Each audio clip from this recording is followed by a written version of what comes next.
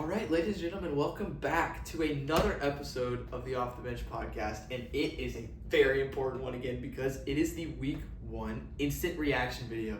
I'm always super excited to make these videos. They're really fun because I get to instantly react to such an awesome day of college football, which is what we just had.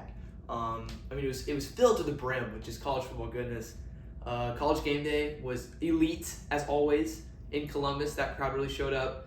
It was sad to see Coach Corso go, but ESPN, clap it up for ESPN. They did a great job sending him off. Of course, he got, to pick his first love Brutus and got it right. So good for Lee Corso to end on a bang. And then right following that, we had a great game, a little bit of a weird one between Ohio State and Texas. And if you don't really follow what happened in the offseason with these teams, you might be surprised that it was so low scoring, but if you really look at the numbers from the last couple years and what they've been doing in the offseason, it might not shock you why it was 7-0 at halftime and really low scoring going into even the fourth quarter.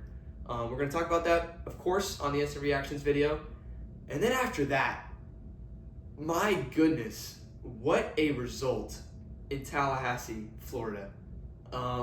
Just an unbelievable game for everyone involved. I mean, Alabama fans, of course, couldn't believe it. And me, myself, watching it, I couldn't believe it. Florida State fans, I don't really think they believed it either. I think the only person who saw this coming seems to have been Tommy Castellanos, who played great. I don't think his play is necessarily why they won the game. But, of course, I'm going to get into more of that later. And then we had Clemson LSU give us an absolute nail-biter of a game. Defensive, again, very defensive game. But, again, LSU made the right defensive hires. Their defense is loaded with incoming transfers and stars they've been developing. So it's really not the most surprising thing that their defense won them this game, but we're, of course, going to get into that later.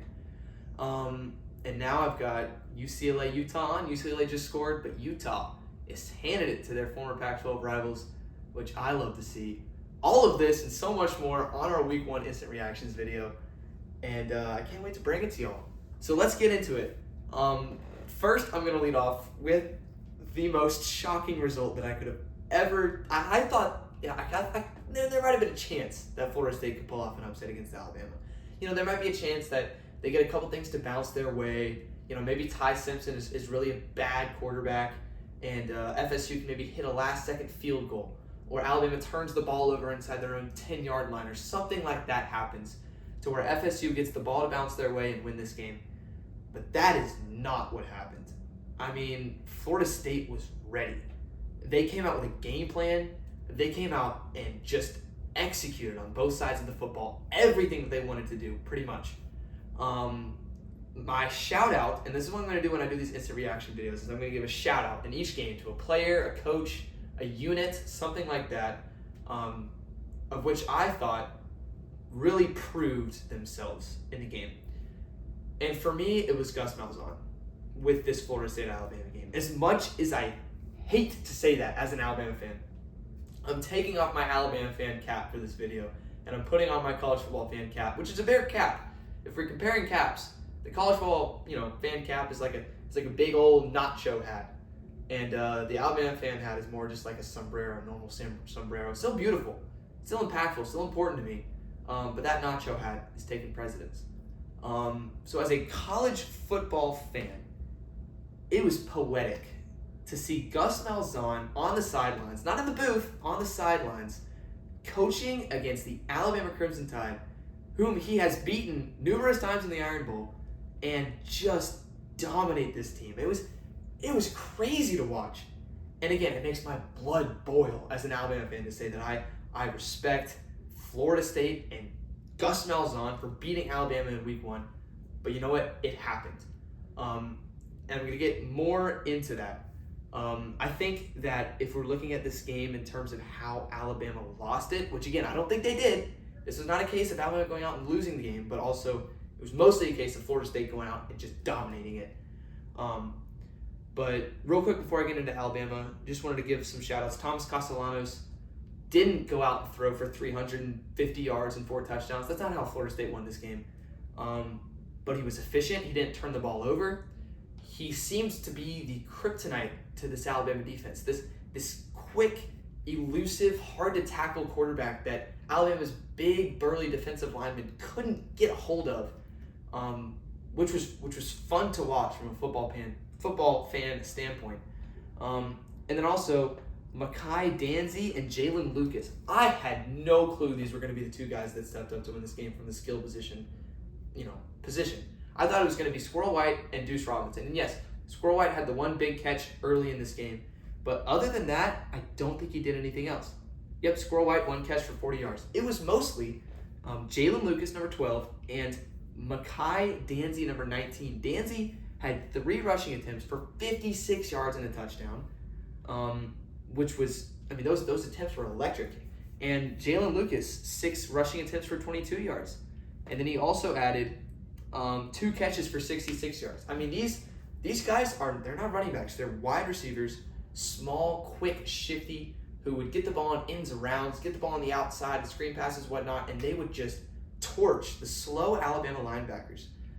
It just felt like, to me, Alabama's whole front seven was built to just stop the run, to just overpower offensive lines with their physical strength and stop the run with their linebackers. Oh man, UCLA might have just got a fumble. Oh, I think they might have. Wow, that's big time for the Bruins. They might be back in it. But anyway, Florida State just sort of completely took advantage of the way that this Alabama front seven is built by getting to the edges, by utilizing space that Alabama just couldn't cover. It felt like their linebackers got exposed, which is weird because their linebackers were a strength going into this game. So shout out to Gus Malzahn for just dissecting this Alabama defense. He really deserves a shout out. He did a great job. It seems like he was exactly what Florida State was missing. Other than the passion, man, Florida State went out there. They had the crowd behind them. Right as they took the lead, right as they really scored that first touchdown, really right after the Squirrel White big catch, and then they scored the touchdown, they just had passion. They felt like they were in it. They felt they belonged, and they went out there and they won the game. As far as the Alabama side, here's the deal. Before I address why they lost this game, I just want to say, if you're an Alabama fan, I know this is impossible to do because of who you have seen before and what you're used to, but please, I'm begging Alabama fans, Alabama directors, whoever is involved in Alabama that is somehow watching this video, please be patient. For the love of your sanity, just be patient. I know this is hard. I know this is weird. And it's not fun to watch. I know, I'm an Alabama fan. I hated watching this game. But please, just be patient. Kalen DeBoer is a great coach. We know this. Just be patient. To me, this Alabama team still has so much talent and so much skill. It will work out. With this Alabama season, it is not over. Not in the slightest bit. To me, this team still has the talent and the potential to beat every single team on their schedule. I don't know if they're going to. I don't know if I would pick them to. But this Alabama team is still good.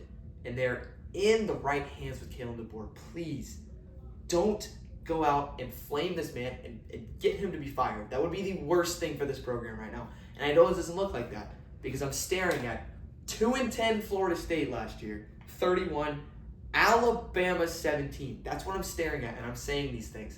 Be patient. It's okay. It takes some time. These things take some time. And if you say, well, it didn't take any time with Nick Saban. He went out there and in the second year he went on It's Nick Saban. Okay? It's the greatest coach of all time. So please don't hold anyone to the standards of Nick Saban. Because no one will ever possibly reach those standards. As far as why they lost this game, to me, Ty Simpson was not the problem.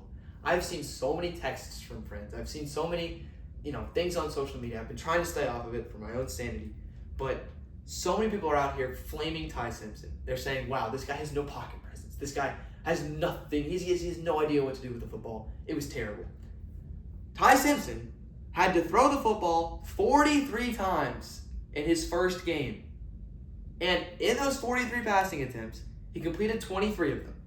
Not very good. I'm not out here saying that that's elite. For 254 yards, 2 touchdowns, no interceptions. First of all, this stat line is not terrible. Okay, I've seen way worse stat lines. But let me just compare Tommy Castellanos' stat line and his game, what he experienced from his point of view, to Ty Simpson's. So Thomas Castellanos was 9 for 14 with 152 yards, no touchdowns, no interceptions. So Tommy Castellanos threw 0 touchdowns, and Florida State put up 31 points.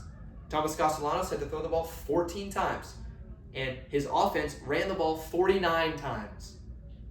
And his defense had his back, and his coach was a beautiful play caller, and he had so many things around him that were supporting him. Again, he was at home with his fans, and everything around him was flowing almost perfectly.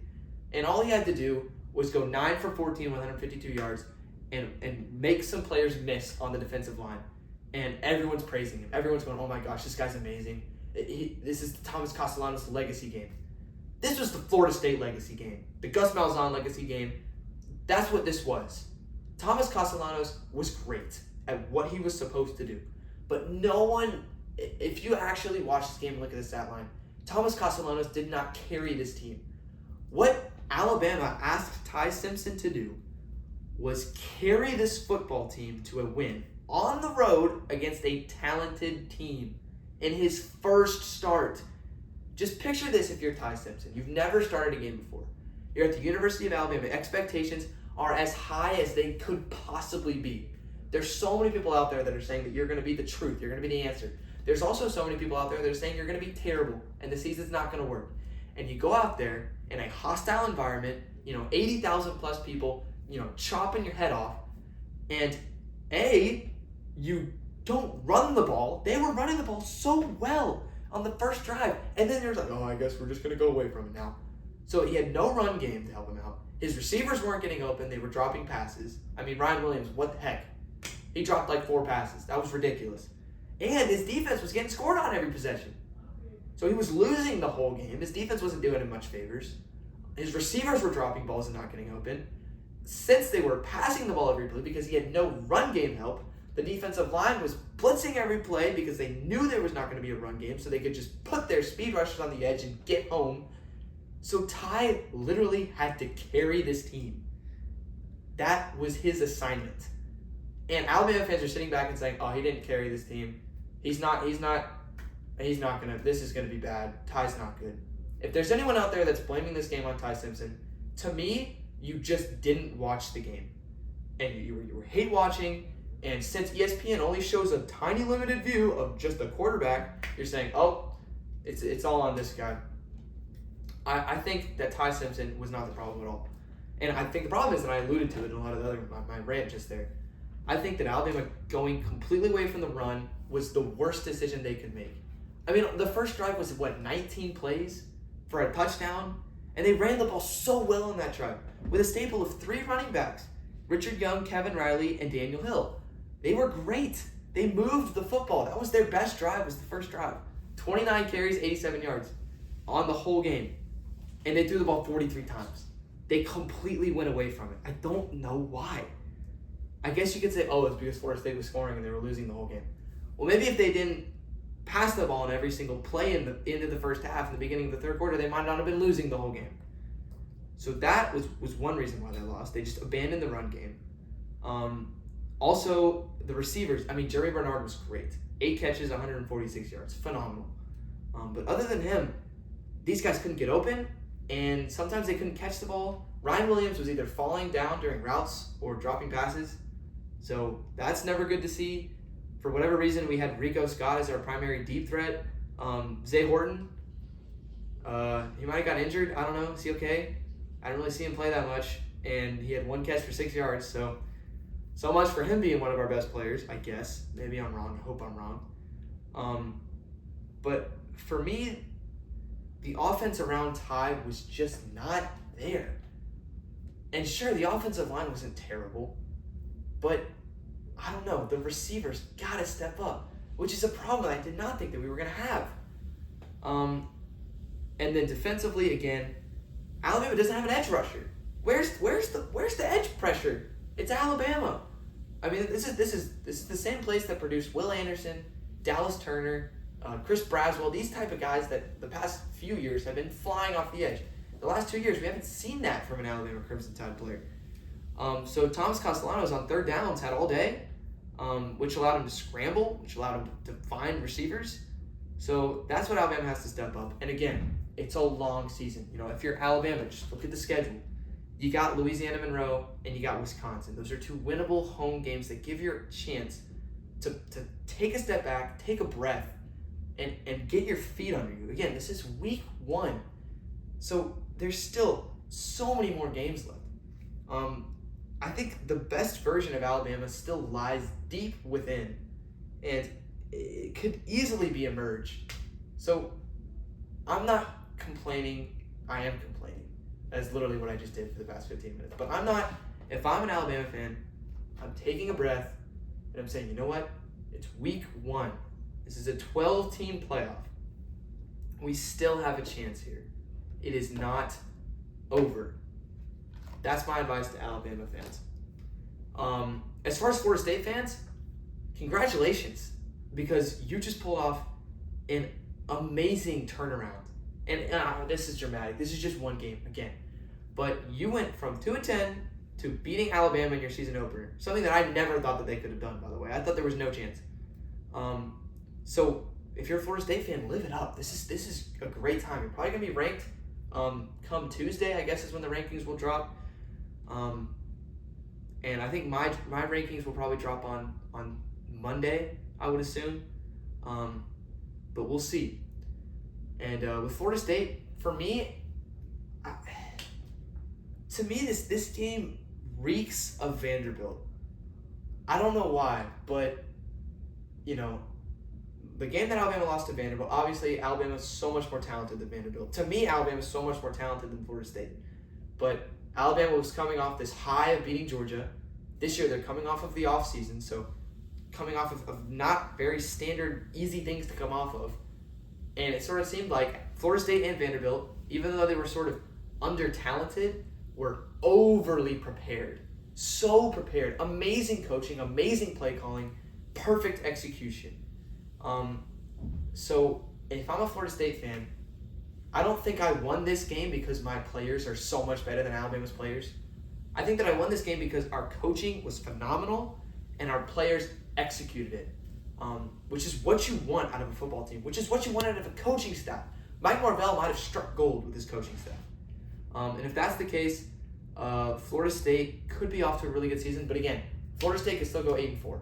A lot of people are going to jump on the Florida State bandwagon. Oh, they're contenders. Clemson lost. They're contenders. Are they contenders? Maybe.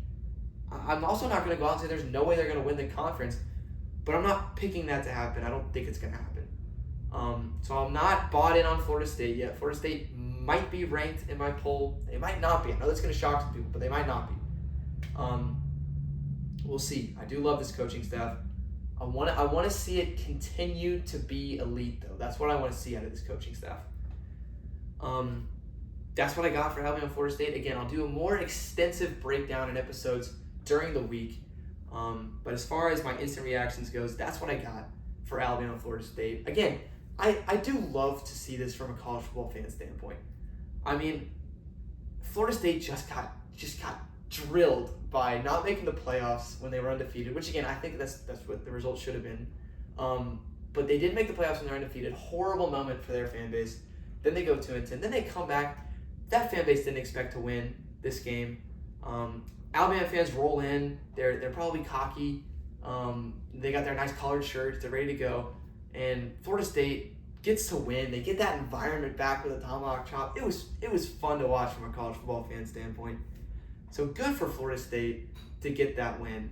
I respect the heck out of what Gus Malzahn was able to do, and don't necessarily know if I respect Thomas Castellanos yet, but he played a good game.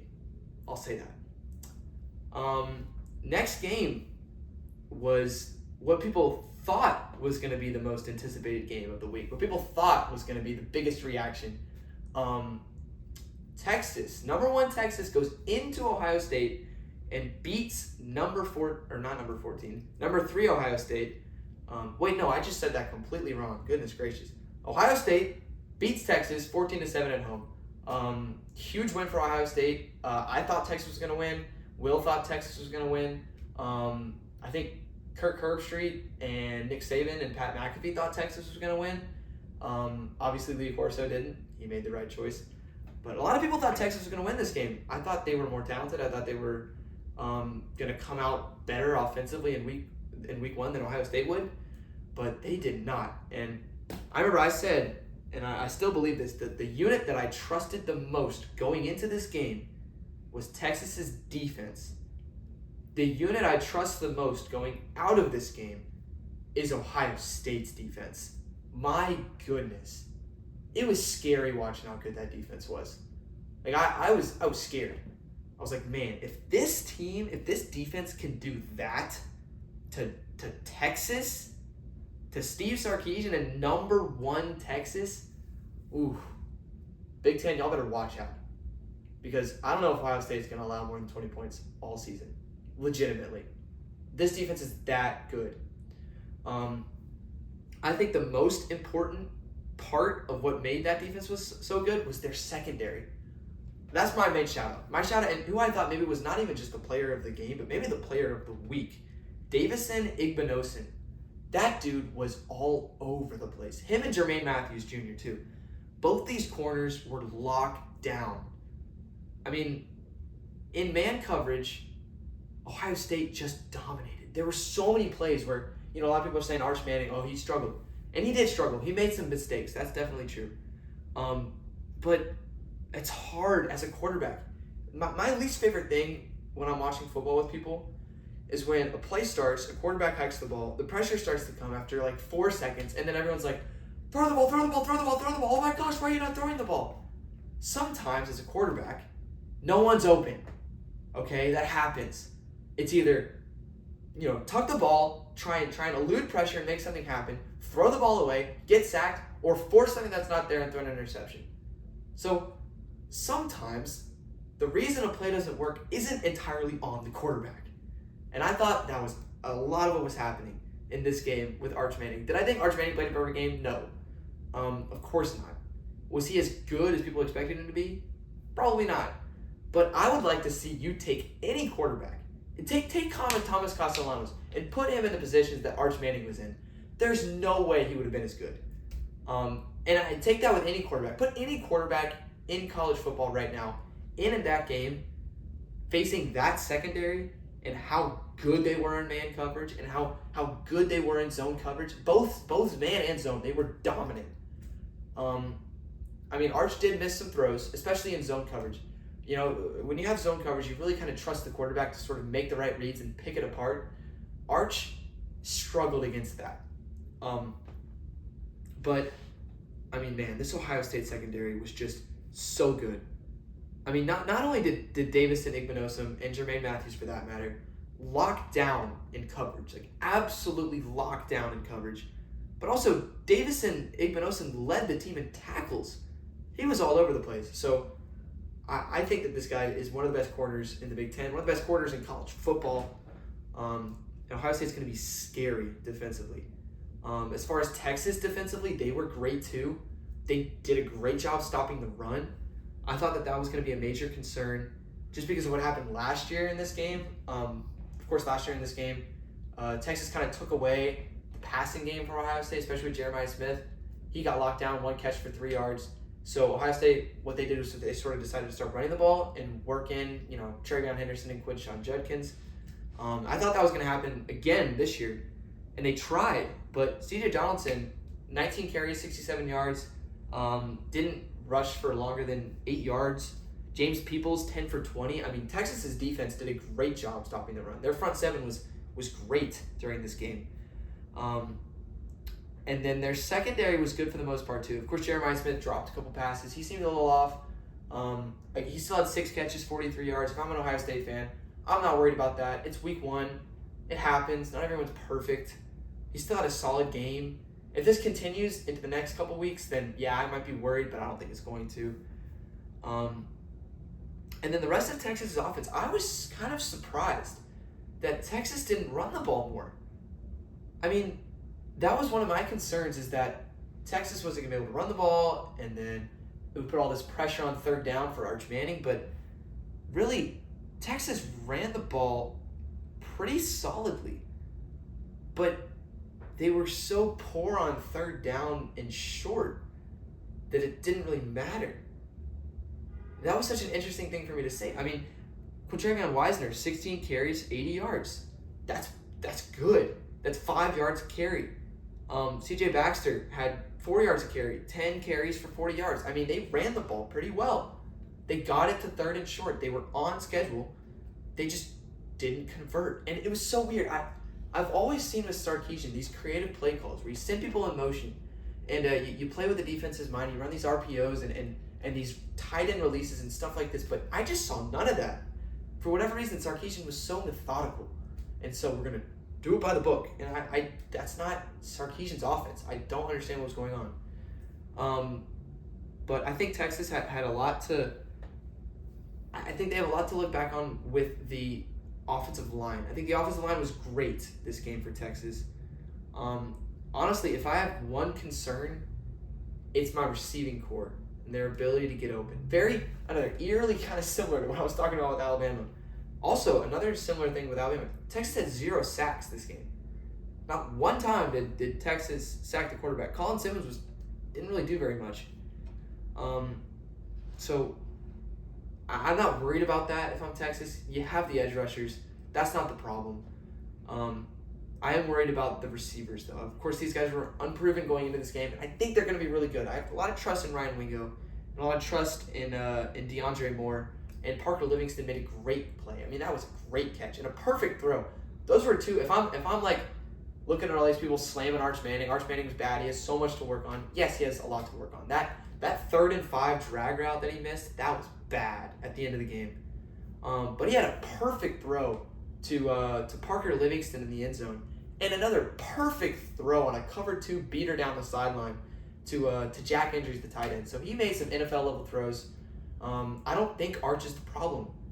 I think that the wide receiver's not getting open, and honestly, frankly, Texas, you're not going to have to play Ohio State again. This Ohio State defense was so good. In fact, I have your schedule, Texas. You have 3 bye weeks after this. Congratulations, Texas. You're going to be 3-1. You're going to play San Jose State, UTEP, and Sam Houston. So you have some time to figure things out before you go. You have a bye week, and you have a bye week. So you have 4 free weeks, essentially, if we're being honest with each other. And then you got at Florida and Oklahoma. And then the easy SEC schedule starts. So if I'm Texas, I'm going to be fine. I think y'all are going to make the playoffs. I think you should still make the SEC championship game. This is an SEC game. I'm just ecstatic about Ohio State's defense, if I'm an Ohio State fan. Julian Sand was pretty good for the most part. 13 for 20, and I think he had like 4 drops from his receivers. So he should have been like 17 for 20. Downfield throws, he had one that was underthrown to Carnell Tate, but my goodness, Carnell Tate made a huge play. He made a couple of huge plays. 2 catches, 49 yards and a touchdown, and those 2 catches were both enormous. One was on 3rd down where he sort of had to come back to the ball, extend his arms, and stay in bounds. Super athletic, great play. And then the deep touchdown, he sort of caught it, and then it was great coverage, so he lost it and then caught it again. It was like a Jeremiah Smith-esque play, but it was made by Carnell Tate. Carnell Tate really outshined. Wow, what a catch by Simmons. The Utah wide receiver just grabbed that ball out of the air. But I think Ohio State, offensively, I'm a little concerned about the run game. Again, it is Texas you're going up against. These teams are so good, so it's really hard to cherry pick. I think both of these teams are going to be fine. I still have both these teams making the playoffs, probably winning at least 1 or 2 games in the playoffs. Of course, after this week, both of these teams are going to sort of come out of the spotlight. They have lesser opponents they're going to face. So we'll see what happens with Texas and Ohio State. But as far as this game goes, both these defenses are great. Arch Manning is not the problem. Julian Sand is not a problem. Jeremiah Smith is not a problem. I think that people love to overreact after week one. We just got to step back and let Arch Manning be Arch Manning, because we're putting way too much pressure on this kid. So that's what I got for Ohio State, Texas. Fascinating result, fascinating game, fascinating first half, really. Sorry, I had to take a sip of water. Lots to talk about tonight, lots to talk about. So moving on to the Tiger Bowl, to the Death Valley Bowl. How about the LSU Tigers? You know, I thought we might be sitting here again talking about the same things, with LSU not being able to finish in big-time Week 1 games. But guess what? LSU won in Week 1. Who would have thought that was going to happen? I picked it, so I thought it was going to happen. But, I mean, come on. This was huge for LSU. They finally got that monkey off their back, so congratulations to them. And I said in the preview show, and I've been saying it all week, I cannot wait for the loser of this game, this Clemson LSU game, because the media and the college football world and the narratives around this team are just going to tear them apart. So LSU is saved from that. It's now on Clemson. Clemson. All right, we're just going to take I'm going to be the stereotypical college football analyst here. That's going to be, hammering on Clemson and saying, Clemson, what happened? I knew you couldn't beat the SEC teams. You're 0-4 against the SEC since the last 4 times you played them. What's going on? 10 points? Klubnik, I thought you were a Heisman contender, man. You put up 10 points? That was Sweeney. I thought this was supposed to be your ultimate roster. I thought this was going to be your chance to go out and win a national championship. Well, guess what? You had a chance to prove it against a national championship caliber team, but you didn't. Okay, so you know what Clemson's going to do? They're going to win the ACC, and then they're going to lose to Texas again in the playoffs, and that's all that's going to happen. So congratulations, Clemson, on your consolation ACC championship. Do I believe all that's true? I'm not going to say it's not true. I said earlier I'm gonna bad talk Clemson. You know what? Positive foot first. Let's talk about LSU before I talk about Clemson. My shout out with LSU is their front 7. I mean, they dominated this game. Clemson could not run the ball at all in this game. I mean, I did not think that was going to be the case. I thought Clemson was for sure going to be able to run the ball. Experienced offensive line. But man, oh man. Brian Kelly made the right hires this offseason. This defense went out, they got a bunch of transfers. They got the right transfers, which is so hard to do, and you don't see it all the time. But LSU did it. I mean, they held Clemson to 20 carries for 31 yards. That's nothing. They could not run the ball at all. I mean, Adam Randall had 5 carries, 16 yards. Kate Klubnik, 8 carries, 1 yard. Their longest rush was 7 yards. That is unbelievably good rush defense for LSU. So hats off, clap it up for LSU's rush defense. It was spectacular. Big guys to mention, the Weeks brothers were both great. Whit Weeks and West Weeks both balled out. PJ Woodland was fantastic too. He had a sack, and he led the team in tackles. And guess who has brought himself back into the spotlight? Harold Perkins Jr. Got home to the quarterback one time with a big sack. Had a couple tackles for loss and 5 tackles. So Harold Perkins, welcome back to college football, man. It's been a while. Other notable people, Patrick Payton didn't really do that much. He had 1 tackle. I thought he might have been a little overrated. He didn't really do that much in this game, but of course, early in the year. Last year, LSU's defense, of course, weakness, struggled a lot, especially in the secondary, especially stopping the quarterback run. Well, guess what? They stopped the quarterback run this time against Clemson. They got dominated by Marcel Reed and Jalen Milroe last year, and they just stuffed Klubnik. So big shout out to LSU's defense. And this is something, frankly, I think people are going to be caught off guard by. But we at the Off the Bench podcast have been talking about LSU's defense being so improved. And this is an impressive victory to me because not only did you go on the road in prime time in week 1 and win against a big top 5 team, not only did you do that, which also, that's like an unbelievably impossible task, those things that I just mentioned. But not only did you do that, but you did it 17-10. So we know LSU can win games 40-30. We've seen that. We know what we can expect from Garrett Nussmeier. in this offense. By the way, Aaron Anderson was great. Don't want to take anything away from Aaron Anderson and Nussmeier. Anderson had 6 catches, 99 yards. He was awesome. But they won this game 17-10, which shows that this LSU team can win games in multiple different ways, which is what is the most challenging part of college football, of building a team that can reach the national championship, is being able to win games in multiple ways. We saw that with Ohio State last year. They could drop 35 points in the first half against Oregon, and then they could win that grinded out, close defensive game with Texas. So this is what we saw with LSU, them winning that grinded out, close defensive game, which they couldn't do last year, nor they could come close to doing that the year before. But Brian Kelly might have finally hit gold with his coordinator hires. Kelly and Norvell, great coordinator hires that showed this week. Another shout out I have for LSU, another thing I was worried about, offensive line's run blocking. It was a question mark. They're inexperienced. But Caden Durham could really run the ball consistently on first and second down, which is what I was worried about with this offense. 17 carries, 74 yards. They ran the ball 31 times, threw it 39 times. Much more balanced than Clemson. Clemson ran it 20 times, threw it 38. So they put a lot more pressure on Cade Klubnik. Of course, LSU put pressure on Nussmeier. They always do, sort of the way that they play football. But Durham took a lot of it off. He was good. They weren't great on the ground. They didn't dominate on the ground. They didn't close the game out on the ground too, which is a little concerning. But they did enough to where I'm not looking at this offensive line and considering it a liability. I'm looking at this offensive line and I'm saying, you know what? They were good enough. They weren't awesome, but they weren't bad. So week 1, big accomplishment for LSU because they're only going to get better. Now bouncing over to Clemson. This is something I sort of alluded to if you've seen our past videos with Clemson. Again, so experienced, so much returning talent, so much NFL talent really on this team that has returned.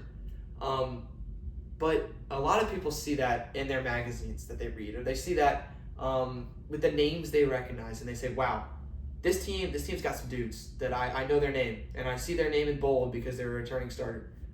But that's not how it necessarily works in college football. Clemson's team last year, they of course went 0-3 in the SEC, and they got smoked by Louisville. They won the ACC barely, and then kind of got exposed against Texas in the playoffs. That was the ceiling for that team. And the team this year is pretty much the same team as last year.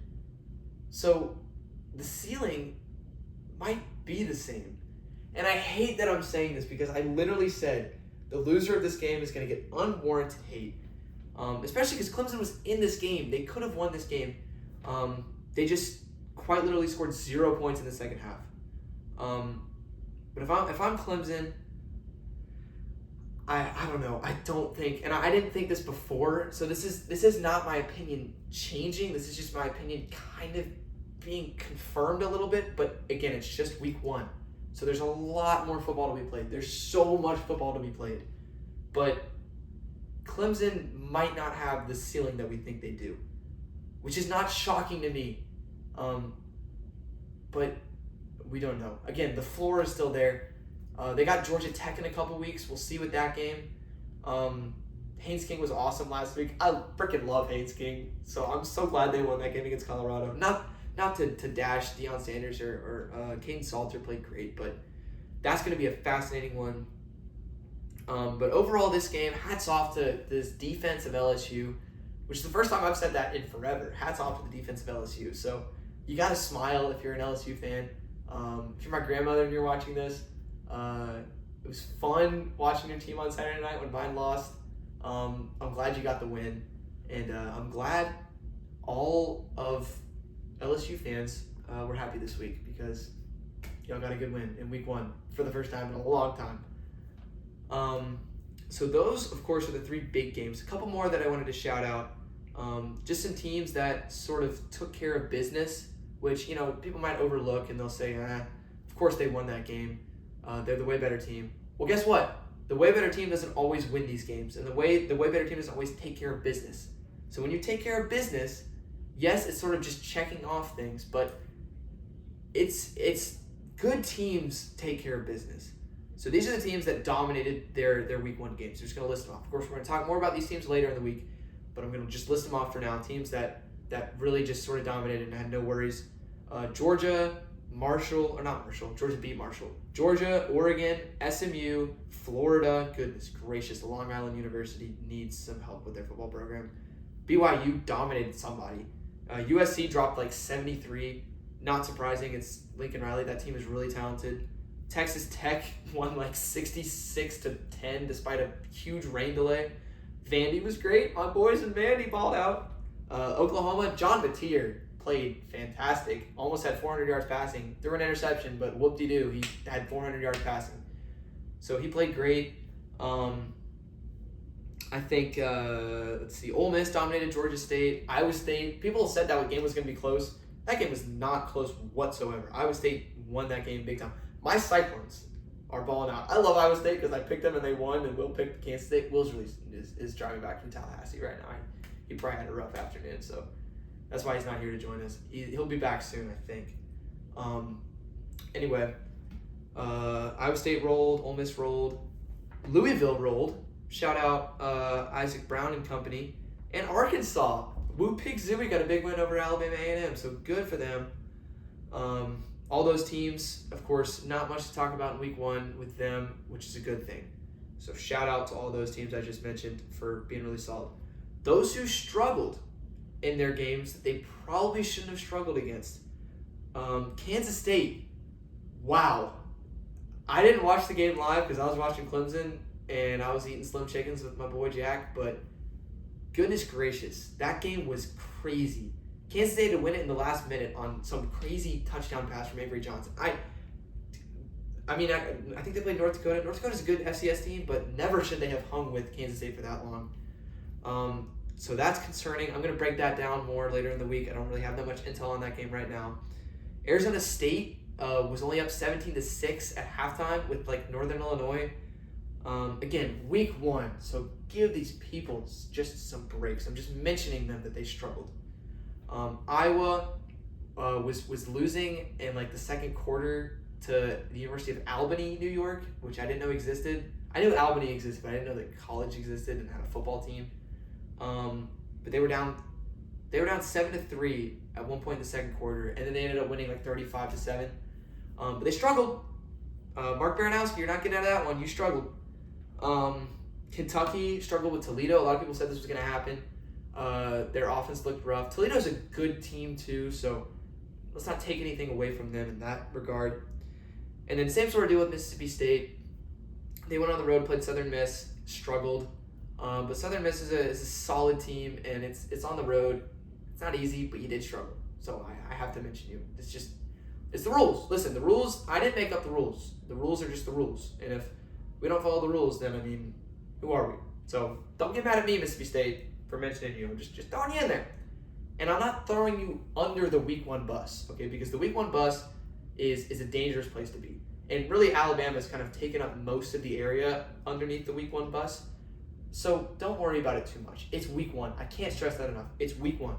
The week 1 bus is just a bunch of nonsense, really. It's fun, and it's awesome, and it's important. These games are really important, but it's the week 1 bus. So let's just give ourselves some grace.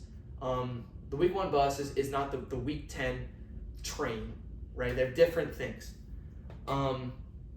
Moving on to a couple more games that I thought were kind of interesting. Teams that I was really excited to watch, and important results. Penn State 46, Nevada 11. First of all, I love Nevada because they almost beat SMU in week 0 last year. I follow the Wolfpack on Instagram. I think they're awesome. But Penn State, I was interested to watch their wide receivers. Drew Aller was incredibly efficient. He normally is.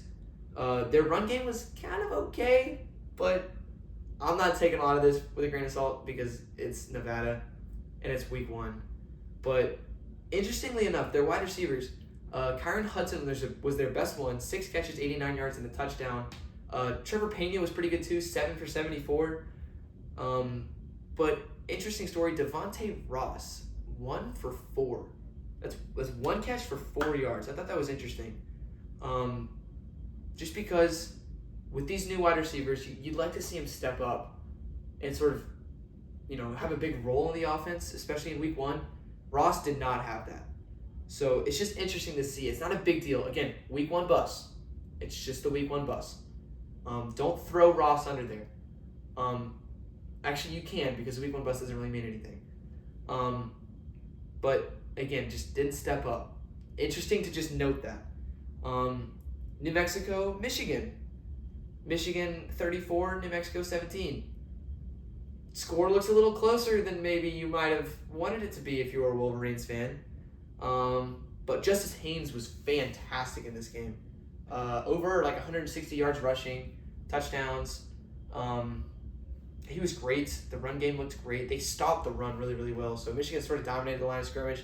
And you might say, oh, of course they dominated the line of scrimmage. It's Michigan and it's New Mexico. Well, some teams didn't dominate the line of scrimmage when they were maybe supposed to. Alabama, just shouting you out there. Just week 1 bus. Y'all are really thrown under the week 1 bus. Legitimately. 4 week 1 buses are sort of on top of you. But Michigan, Bryce Underwood was solid. He didn't do anything spectacular. I haven't watched the highlights of this game, so I don't really know exactly what happened. I'm just looking at the box score. But what the box score tells me, and listen, box scores can lie. Okay, they're not known to be the most honest of sorts. Numbers don't lie, but box scores do lie. And no, correlation is not 100% direct there. But Bryce Underwood, solid, didn't turn the ball over, looked pretty good. Again, next week will be the real test at Oklahoma. Got to face that Brent Venables defense, so we'll see with Underwood there. Quick sip.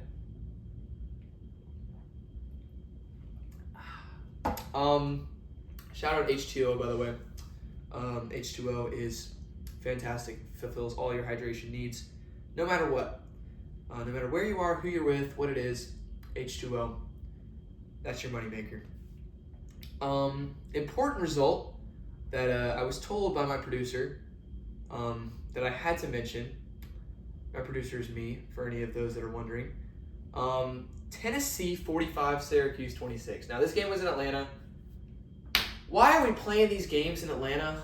What are we doing? Why are we not playing this game in the Carrier Dome, which it's its official name, by the way. I don't care who you are. Carrier Dome missed out on this game. Rocky Top missed out on this game. Why are we playing it in Atlanta? Who benefits from this? It's ridiculous. But Syracuse did great.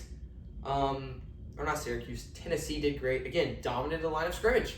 They ran the ball really, really well. Syracuse did not run the ball really, really well. And Tennessee kind of had the lead for the whole game.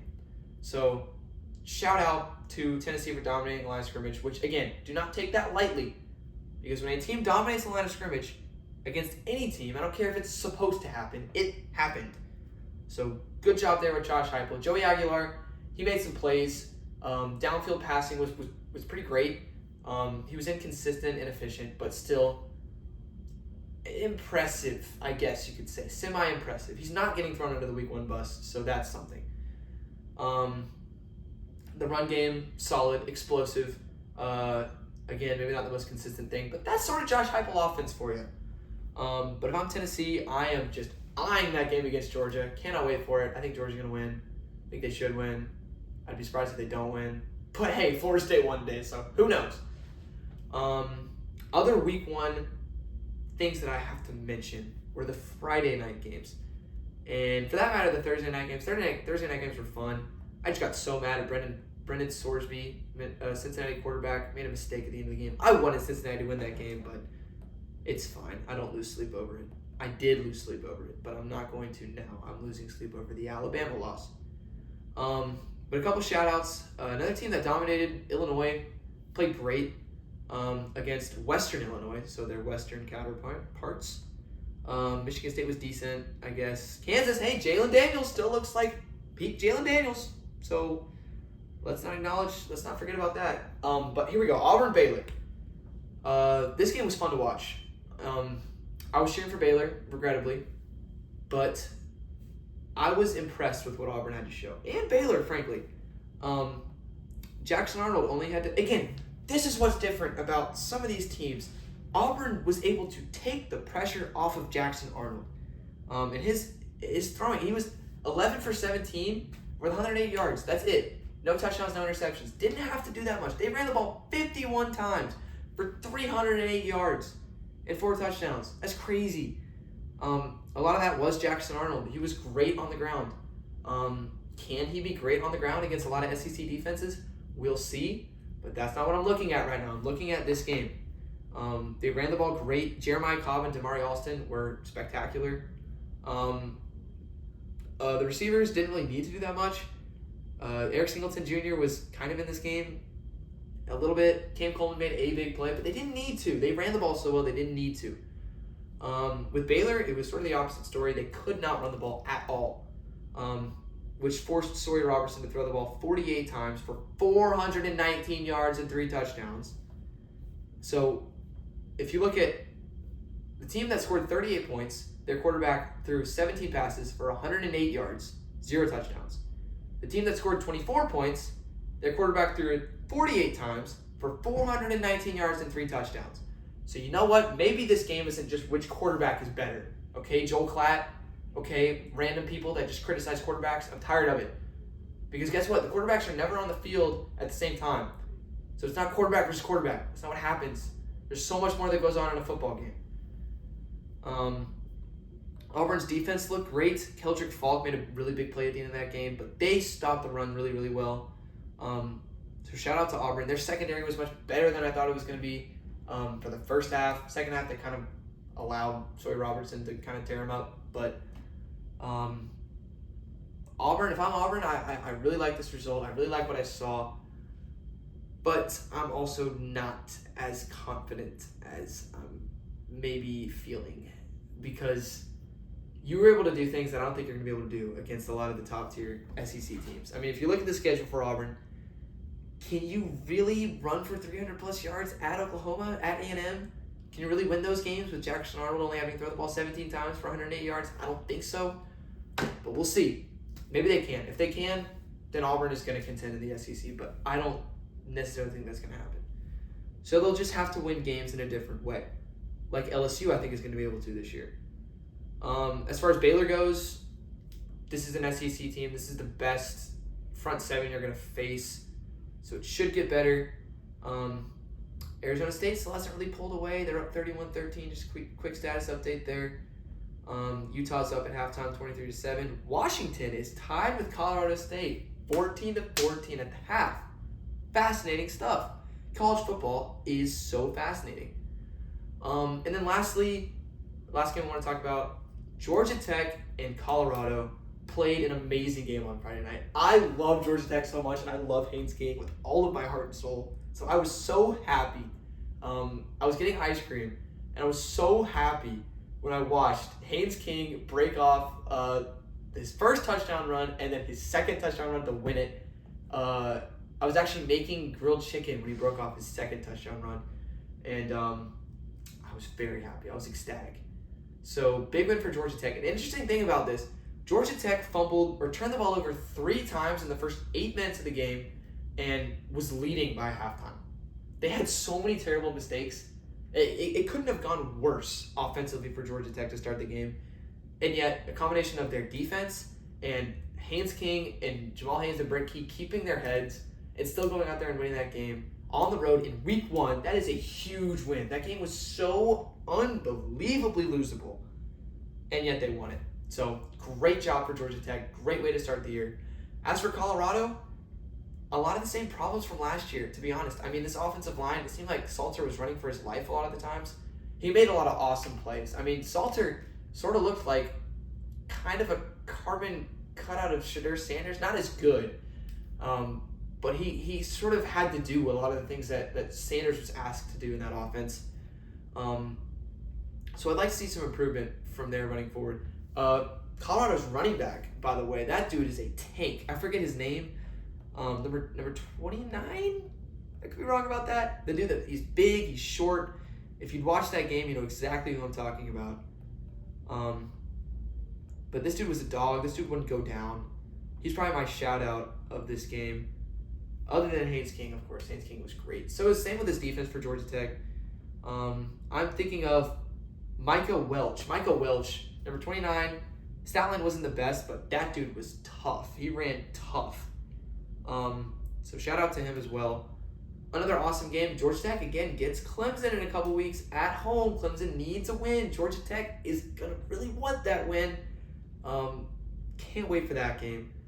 But just overall, just what a day for college football. I mean, just set your team aside. I know a lot of y'all fans are very unhappy with how this game or how this week or how this day went. If you're a Texas fan or a Clemson fan or an Alabama fan, me included, if you're mad, if you're upset, just become a college football fan for a second and soak in how great this day was with Lee Corso's last headgear pick and that whole production being so beautiful. The student made the kick. Some random Ohio State student won $200,000. And then Texas-Ohio State was a great close game. We got to watch two contenders. We got to watch Arch Manning struggle. We got to watch Texas lose, which a lot of fans really love that. I just love good football, so I wasn't really cheering for a team necessarily in that game. And then we got to watch Florida State, who was 2-10 last year, tomahawk chop their way to a win over Alabama, which is awesome from a college football fan standpoint. You got to watch great football on Friday night, two great games. And then you got to watch Clemson finally. Well, actually, that's not true. You got to watch LSU finally win a Week 1 game, and Clemson continued the streak of losing to SEC opponents. And now, if you're crazy like me, you get to watch Utah UCLA in the Rose Bowl, and Colorado State Washington, which is tied. So college football's back. And tomorrow we get Notre Dame Miami, which is going to be such a good game. I got Miami in that game, but I'll be cheering for Notre Dame. Just because, I'm a Catholic and I love the Irish and I love Keanu and Diego, my Notre Dame friends. But yeah, college football's back. It's going to be back next week.